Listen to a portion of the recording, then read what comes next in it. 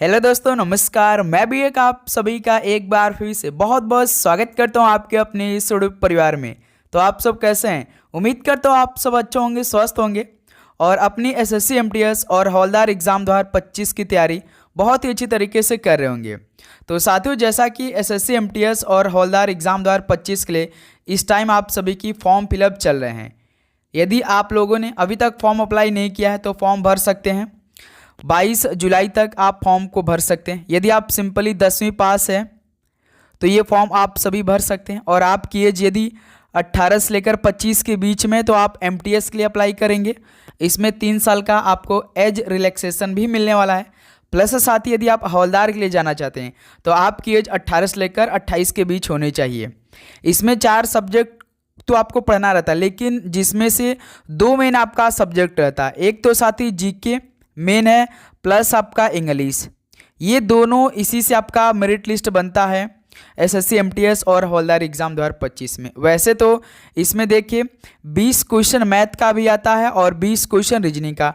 Total 40 question में से simple आपको केवल 12 क्वेश्चन सही करने रहते हैं, सिंपल।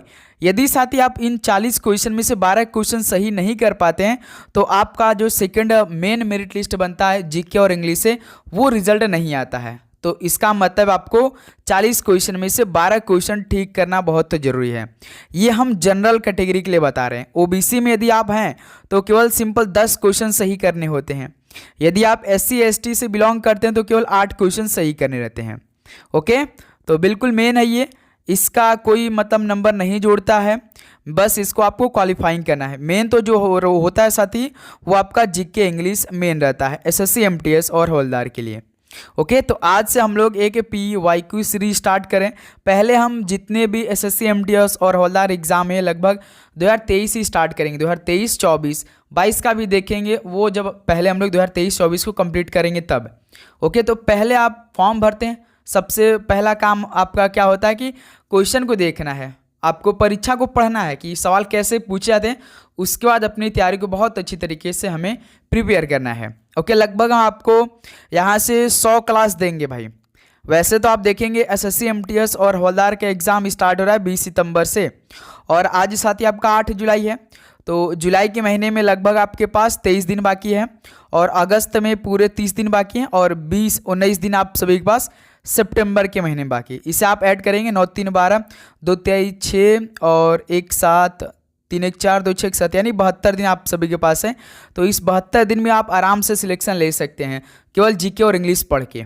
ओके, साथ ही बीच में आपका आरआरबी एनटीपीसी का भी एग्ज़ाम आने वाला, जो कि 7 अगस्त से स्टार्ट हो रही है, जो कि साथ ही 7 सितंबर तक चलने वाली। उसके बाद 13 दिन बाद आपका एमटीएस का एग्ज़ाम स्टार्ट हो जाएंगे। ओके, तो इसको भी हम लोग अच्छी तरीके से कवर करने वाले हैं। अभी तक आप लोगों ने फॉर्म अप्लाई नहीं किया तो फॉर्म भरिए साथी।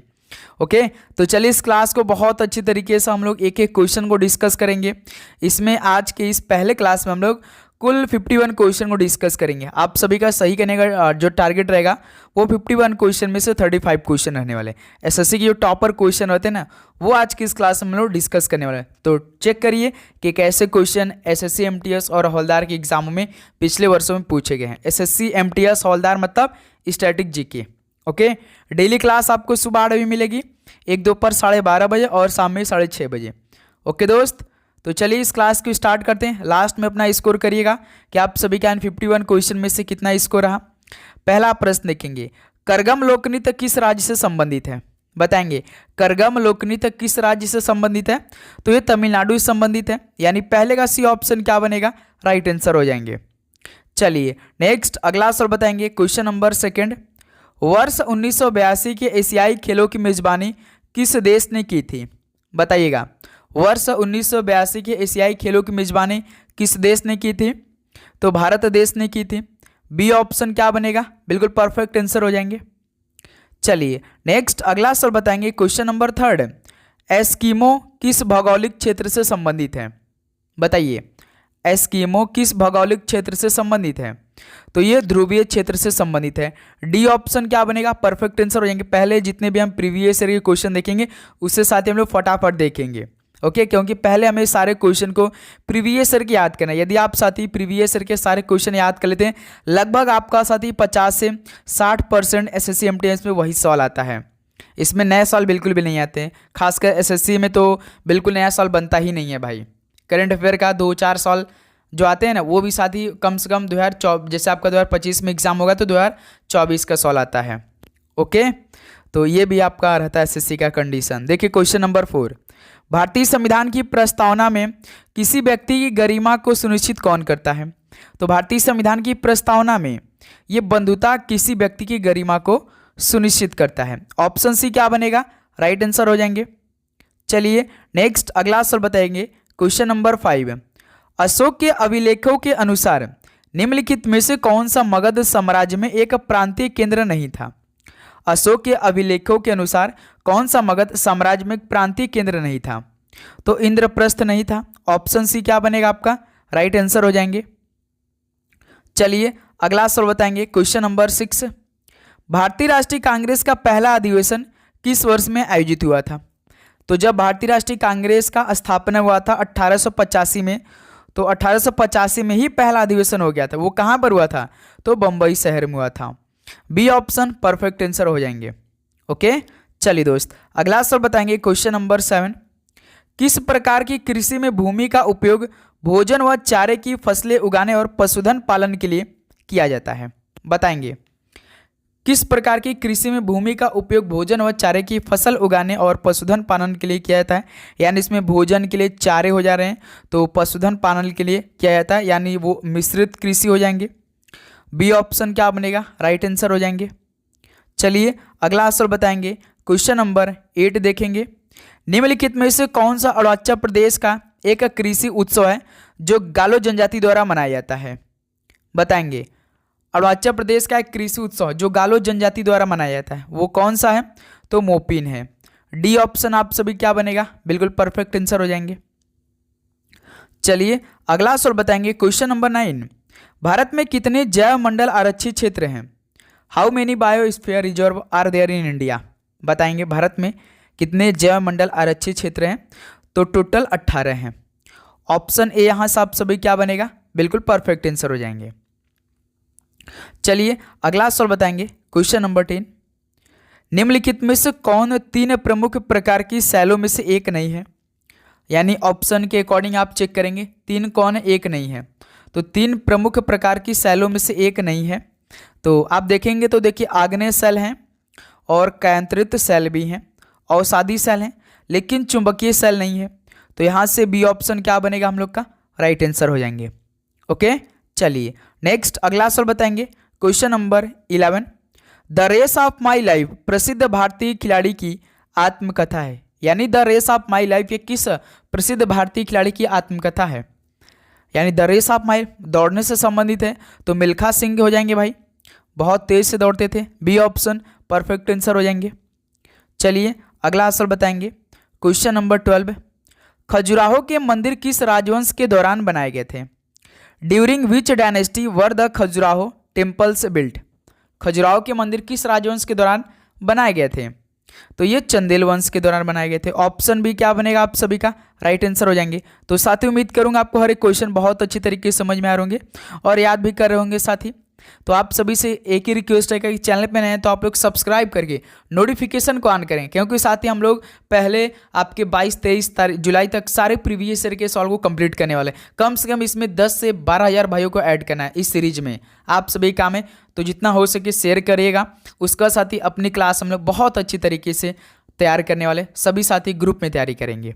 ओके, तो गैर नृत्य राजस्थान के किस समुदाय द्वारा किया जाता है? गैर dance is perform by which community of Rajasthan? बताइएगा, जो गैर नृत्य राजस्थान के किस समुदाय द्वारा किया जाता है? तो ये भील समुदाय के द्वारा। ऑप्शन सी क्या बनेगा आपका? राइट आंसर हो जाएंगे। और आप सभी से रिक्वेस्ट रहेगा कि आप लोग डेली क्लास लेना, आपको नोटिफिकेशन को ऑन करना है मेन।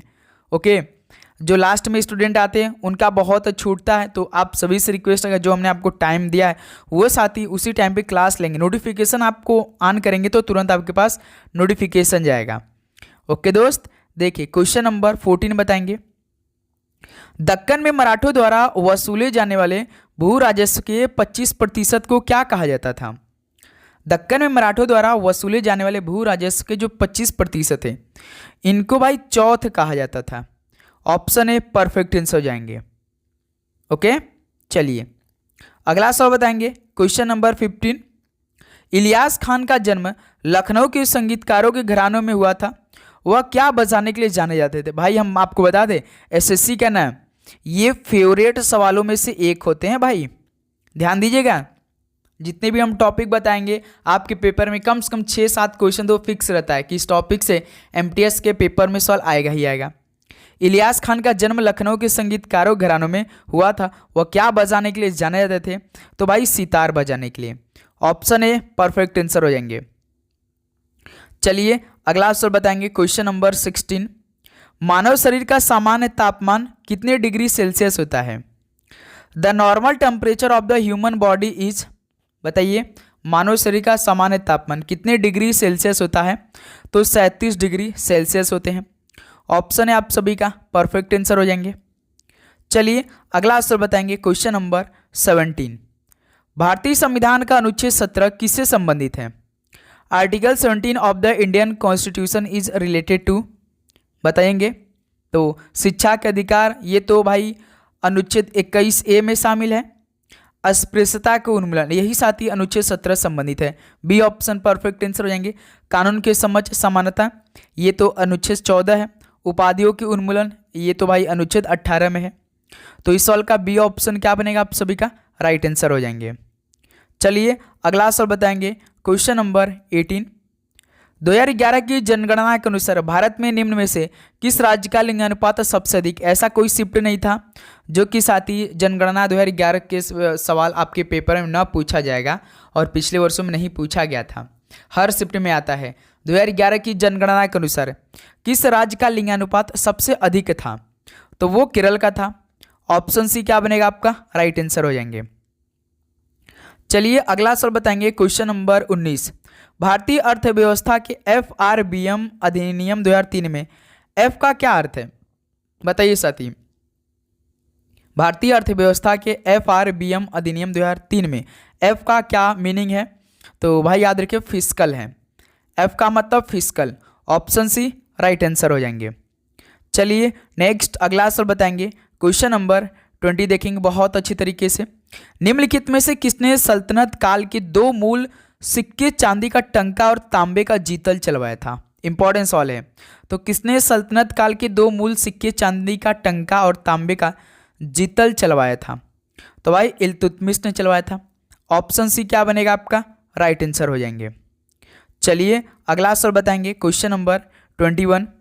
वॉकर कप निम्नलिखित में से किस खेल से संबंधित है? Walker cup is related to which of the following sports? Golf, शतरंज, हॉकी या मेरे दोस्त फुटबॉल? बताएंगे। लास्ट में स्कोर करेंगे कि आप सभी का 51 क्वेश्चन में कितना स्कोर रहा। आप एसएससी की तैयारी करें तो आप सभी के लगभग कितना स्कोर बनेगा, इसलिए साथी हम सभी से रिक्वेस्ट करें स्कोर बताइएगा। वॉकर कप की यदि हम बात करते हैं तो मेरे दोस्त ये गोल्फ से संबंधित है। ऑप्शन ए राइट आंसर हो जाएंगे। चलिए अगला सवाल बताएंगे, क्वेश्चन नंबर 22। निम्नलिखित में से कौन सा विटामिन हमारी त्वचा और आंखों को स्वस्थ रखने में सहायता करता है? Which of the following vitamins helps in keeping our skin and eye healthy? तो कौन सा विटामिन हमारी त्वचा और आंखों को स्वस्थ रखने में सहायता करता है? तो वो विटामिन ए है। ऑप्शन सी क्या बनेगा आप सभी का राइट आंसर हो जाएंगे। चलिए अगला सवाल बताएंगे, क्वेश्चन नंबर 23। निम्नलिखित में से कौन सा एक जोबियन ग्रह नहीं है? Which one of the following is not a Jovian planet? बृहस्पति, बुध, वरुण या शनि? बताएंगे सभी साथी। इनमें से एक जोबियन ग्रह नहीं है। तो देखेंगे तो बृहस्पति एक जोबियन ग्रह है और वरुण भी साथ एक जोबियन ग्रह ही है भाई, शनि भी है, लेकिन जो बुध है ना ये नहीं है जोबियन ग्रह। ऑप्शन भी परफेक्ट आंसर हो जाएंगे। इलिमिनेट करने का तरीका सीखेगा आप लोग। ओके, क्वेश्चन नंबर 24 देखेंगे। वर्ष 2011 की जनगणना के अनुसार नई दिल्ली जिले की साक्षरता दर कितनी है? यानी 2011 की जनगणना के अनुसार नई दिल्ली जिले की साक्षरता दर कितनी है? तो भाई 88.01%, यानी ऑप्शन है परफेक्ट आंसर हो जाएंगे। और साथ ही आप सभी को मालूम होना चाहिए कि 25 क्वेश्चन आता है भाई एमटीएस के पेपर में जीके का और 25 क्वेश्चन इंग्लिश का। 50 क्वेश्चन यही मेन आपका है भाई। नेगेटिव मार्किंग भी रहता है 1 नंबर का, एक क्वेश्चन 3 नंबर का। ओके, 50 क्वेश्चन आपका आता है, यानी 150 नंबर में से लगभग आपको 100 प्लस करना पड़ेगा, तभी आपका फाइनल सिलेक्शन होगा। 2 ही मेन सब्जेक्ट होता है, ध्यान दें, एक क्वेश्चन 3 नंबर का नेगेटिव मार्किंग के साथ ही 1 नंबर का रहता है। आपको 90 मिनट का समय मिलेगा, 90 मिनट 90 क्वेश्चन हल करने रहेंगे। ओके, चलिए अगला सवाल बताएंगे। क्वेश्चन नंबर 25 देखिए, भारतीय राष्ट्रीय कांग्रेस के निम्नलिखित अधिवेशनों में से किस अधिवेशन की अध्यक्षता पहली बार एक महिला ने की थी? बताइए, भारतीय राष्ट्रीय कांग्रेस के किस अधिवेशन में पहली बार एक महिला ने की थी भाई? तो कलकत्ता 1917 में। ऑप्शन ए परफेक्ट आंसर हो जाएंगे। ओके, डॉक्टर एनी बेसेंट ने की थी भाई। चलिए अगला सवाल बताएंगे। क्वेश्चन नंबर 26, भरतनाट्यम नृत्य किस राज्य से संबंधित? एसएससी का फेवरेट सवाल है भाई। भरतनाट्यम नृत्य किस राज्य से संबंधित है? तो ये तमिलनाडु से संबंधित है। डी ऑप्शन आप सभी का राइट आंसर हो जाएंगे। चलिए अगला सवाल बताएंगे। क्वेश्चन नंबर 27, प्रसिद्ध भारतीय वैज्ञानिक डॉक्टर एपीजे अब्दुल कलाम की आत्मकथा को किसके नाम से जाना जाता है? प्रसिद्ध भारतीय वैज्ञानिक डॉक्टर एपीजे अब्दुल कलाम की आत्मकथा को किसके नाम से जाना जाता है? तो भाई आप जाएंगे waiting for APJ, doctor Bhimrao Ambedkar, the race of my life Milkha Singh, one of is not, तो विंग्स ऑफ फायर है भाई। डी ऑप्शन राइट आंसर हो जाएंगे। ओके, चलिए नेक्स्ट अगला सवाल बताएंगे। क्वेश्चन नंबर 28 क्या दे रखा है? कुचिपुड़ी नृत्य शैली के किस गुरु को वर्ष 1998 में पद्म भूषण मिला था? ये सवाल किसी न किसी शिफ्ट में आएगा, एसएससी का फेवरेट सवाल है भाई ये। कुचिपुड़ी नृत्य शैली के किस गुरु को वर्ष 1998 में पद्म भूषण मिला था? बताइए, तो गुरु वेम्पति चिन्ना सत्यम को मिला था। बी ऑप्शन क्या बनेगा आप सभी का राइट आंसर हो जाएंगे। चलिए दोस्त अगला सवाल बताइएगा। क्वेश्चन नंबर 29, भारत का क्षेत्रफल विश्व के कुल भौगोलिक क्षेत्रफल का कितना प्रतिशत है? भारत का क्षेत्रफल जो है विश्व के कुल भौगोलिक क्षेत्र का कितना प्रतिशत है? बताइए साथी। तो टोटल की बात करेंगे तो 2.4% है। ऑप्शन सी राइट आंसर हो जाएंगे। चलिए नेक्स्ट अगला नंबर बताएंगे। क्वेश्चन नंबर 30, मनुष्य के आरंभिक विकास के प्रागैतिहासिक काल को सामान्यतः किसके नाम से जाना जाता है? बताइए साथी, मनुष्य के आरंभिक विकास के प्रागैतिहासिक काल को सामान्यतः किस नाम से जानते हैं? तो भाई पूरा पाषाण युग के नाम से। डी ऑप्शन क्या बनेगा आप सभी का बिल्कुल राइट आंसर हो जाएंगे। चलिए अगला सवाल बताएंगे। क्वेश्चन नंबर 31, भारतीय संगीतकार और कंपोजर पंडित शिव कुमार शर्मा किसके लिए सर्वश्रेष्ठ प्रतिपादक थे? बहुत अच्छा सवाल है, ये सवाल पूछता है, लेकिन हम साथी ये लिख रहे हैं कि ये सवाल इस बार नहीं आने वाला है क्योंकि बहुत ईजी सवाल बन जाता है। तो एसएससी एमटीएस के लिए जीके ही मेन है, तो भाई जानते हैं ईजी सवाल तो आता नहीं है, थोड़ा सा मीडियम सवाल पूछते हैं। तो भारतीय संगीतकार और कंपोजर पंडित शिव कुमार शर्मा, तो आपको मालूम होना चाहिए लेकिन बाई चांस सवाल पूछ सकता है। तो क्या बजाने के लिए प्रसिद्ध थे भाई, यानी सर्वश्रेष्ठ प्रतिपादक थे, किस में थे? तो संतूर में थे। ऑप्शन ए परफेक्ट आंसर हो जाएंगे। चलिए अगला सवाल बताएंगे। क्वेश्चन नंबर 32, वर्ष 1922 में गठित स्वराज पार्टी के अध्यक्ष कौन थे? Who was the president of the Swaraj party form in the year 1922? वर्ष 1922 में गठित स्वराज पार्टी के अध्यक्ष कौन थे? तो चित्तरंजन दास जी थे। ऑप्शन ए बिल्कुल राइट आंसर हो जाएंगे। चलिए अगला सवाल बताएंगे। क्वेश्चन नंबर 33, पट्टदकल में जैन मंदिरों का निर्माण किस वंश द्वारा करवाया गया था? पट्टदकल में जैन मंदिरों का निर्माण किस वंश द्वारा करवाया गया था? तो राष्ट्रकूट वंश द्वारा। डी ऑप्शन आप सभी की क्या बनेगा बिल्कुल राइट आंसर हो जाएंगे। चलिए अगला सवाल बताएंगे। क्वेश्चन नंबर 34, लखनऊ समझौते यानी लखनऊ पैक्ट पर किसके बीच हस्ताक्षर हुए थे? लखनऊ समझौता कब हुआ था? तो 1916 में हुआ था। किसके बीच में हस्ताक्षर किए गए थे? तो एक तो देखिए भारतीय राष्ट्रीय कांग्रेस के बीच में और मुस्लिम लीग के बीच में। तो यहाँ से बी ऑप्शन राइट आंसर हो जाएंगे। चलिए अगला सवाल बताएंगे। Question number 35, the Zoya factor किसके द्वारा लिखित एक उपन्यास है? The Zoya factor is a novel written by Suketu Mehta के द्वारा, अनुजा चौहान के द्वारा, जेरी पिंटो के द्वारा या राजश्री के द्वारा? बताइए साथी, द जोया फैक्टर किसके द्वारा लिखित एक उपन्यास है? तो अनुजा चौहान के द्वारा। ऑप्शन बी क्या बनेगा आपका राइट आंसर हो जाएंगे। चलिए अगला सवाल बताएंगे। क्वेश्चन नंबर 36, अर्थशास्त्र किसके द्वारा लिखा गया था? अर्थशास्त्र वॉज रिटेन बाई, बताइए साथी, चाणक्य के द्वारा। ऑप्शन सी क्या बनेगा आप सभी का बिल्कुल राइट आंसर हो जाएंगे। चलिए नेक्स्ट नंबर बताएंगे। क्वेश्चन नंबर 37, जीव विज्ञान में IBF शब्द का प्रोडक्ट क्या है? In biology the full form of term IBF is what?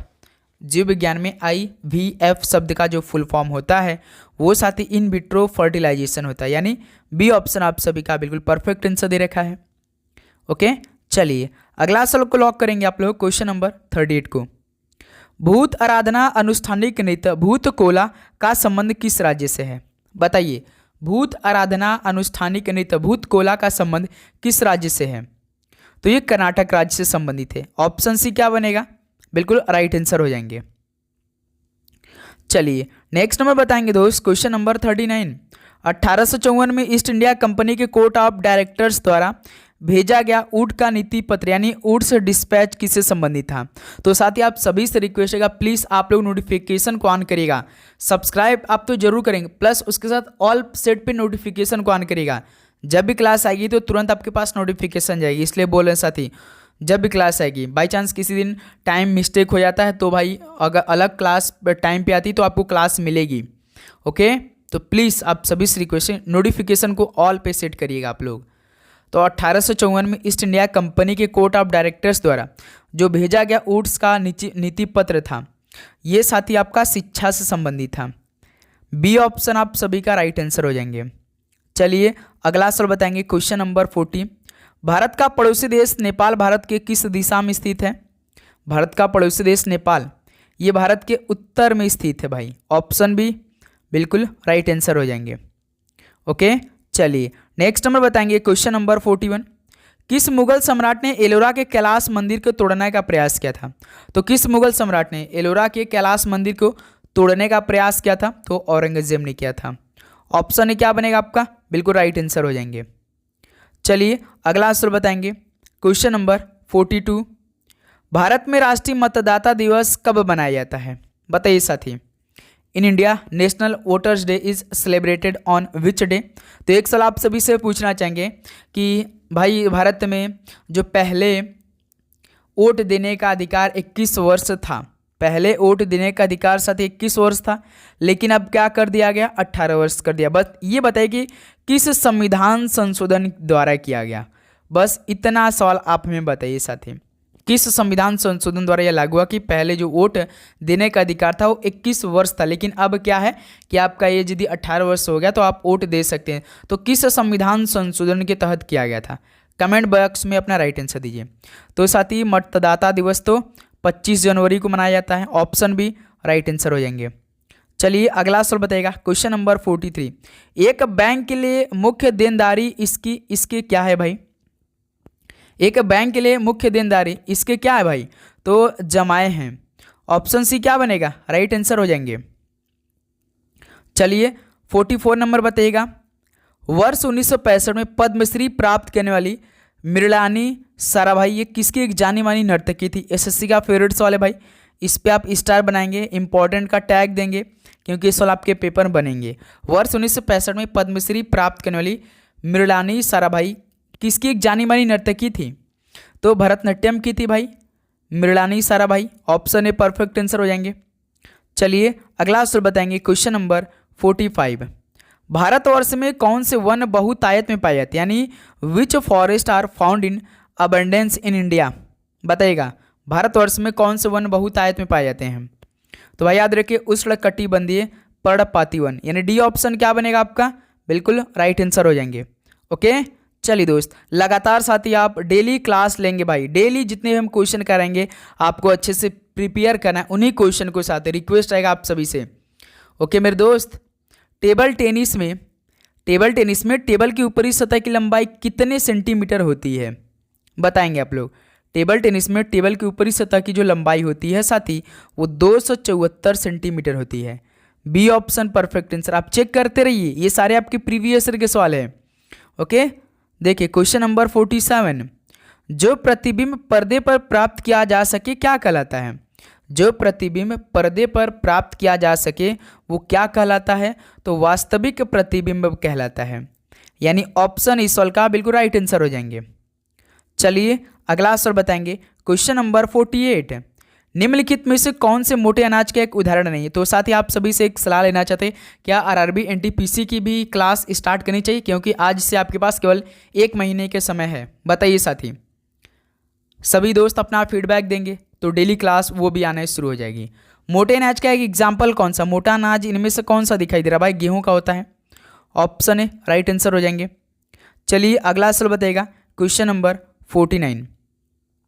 किसी राष्ट्र की जनसंख्या के कार्यशील आयु वर्ग को सामान्यतः कितने वर्ष के बीच वर्गीकृत किया जाता है। बताइए साथी, किसी राष्ट्र की जनसंख्या के कार्यशील आयु वर्ग को सामान्यतः कितने वर्ष के बीच वर्गीकृत किया जाता है। तो भाई 15 से लेकर 59 वर्ष के बीच वर्गीकृत किया जाता है, यानी बी ऑप्शन इस सवाल का बिल्कुल राइट आंसर हो जाएंगे। चलिए अगला सवाल बताएंगे, क्वेश्चन नंबर 50 देखेंगे आप लोग। भारतीय संविधान का निम्नलिखित में से कौन सा अनुच्छेद नागरिकों के लिए समान नागरिक संहिता संबंधित है। बताएंगे भारतीय संविधान का कौन सा अनुच्छेद नागरिकों के लिए समान नागरिक संहिता से संबंधित है। तो अनुच्छेद 44 है, यानी डी ऑप्शन इस सवाल का बिल्कुल राइट आंसर हो जाएंगे। चलिए दोस्त आखिरी सवाल बताएंगे, क्वेश्चन नंबर 51। हॉर्नबिल महोत्सव निम्नलिखित में से किस राज्य में मनाया जाता है। हॉर्नबिल महोत्सव को त्योहारों का त्यौहार बोलते हैं। 10 दिनों तक मनाया जाता है भाई ये त्यौहार। 1 दिसंबर को स्टार्ट होता है, जो कि साथ ही 10 दिसंबर तक मनाया जाता है। तो ये काफ़ी फेमस है नागालैंड का त्यौहार hornbill, D option perfect answer हो जाएंगे। तो साथ ही ये टोटल फाइनली 51 क्वेश्चन कंप्लीट होता हुआ। तो बताइए आप सभी का लगभग अप्रॉक्सीमेटली इन 51 क्वेश्चन में से कितना स्कोर रहा। ईमानदारी के तौर पे अपना स्कोर बताएंगे साथी, कितना भी आपका स्कोर हुआ जरूर बताइए एक बार। ओके, तो सभी साथी इस रिक्वेस्ट है कि अब यहाँ से अपनी तैयारी स्टार्ट कर दीजिए, समय बिल्कुल भी नहीं है भाई। एक बार और हम आपको बताना चाहते हैं कि जानते साथी इस महीने में आप सभी के पास आज 8 तारीख है, यानी आज डे को लेकर चलते हैं तो साथी 22 दिन इस महीने में बाकी है और अगले महीने में पूरे 30 दिन बाकी है, यानी 22 आपका 52 हो जाएगा और उसमें साथ ही आपका टोटल मान के चलिए 18 दिन रहेंगे, यानी आपके पास साथ ही 70 दिन बाकी हैं इस एग्ज़ाम को क्रैक करने के लिए। बहुत दिन है भाई, आराम से क्रैक कर सकते हैं। डेली आप 72 दिन क्लास लेते हैं, लगभग 72 दिन में आपको साथ ही लगभग 200 से 210 क्लास प्रोवाइड करने वाले हैं। बस इतना कर लीजिए। बीच में हम मॉडल पेपर भी करेंगे, ऐसा नहीं कि डेली जीके ही करेंगे, इंग्लिश करेंगे, नहीं सती मॉडल पेपर भी डिस्कस करना है कि मॉडल पेपर में चेक हर संडे को आपका टेस्ट भी होगा। ओके, ऑल इंडिया लेवल पे। तो आप नोटिफिकेशन को ऑन करिए, फॉर्म भर दीजिए अच्छे से। कोई दिक्कत परेशानी आती तो कमेंट करके बताइए, सर ये हमें दिक्कत आ रही है, तो हम उसका रिप्लाई आपको जरूर करेंगे। ओके, तो चलिए मिलते हैं साथ ही दोपहर 12:30 बजे एक नई क्लास के साथ। सभी को जय हिंद, जय भारत, पढ़ाई करते रहिए, ऑल द बेस्ट, धन्यवाद और आपका दिन मंगलमय हो।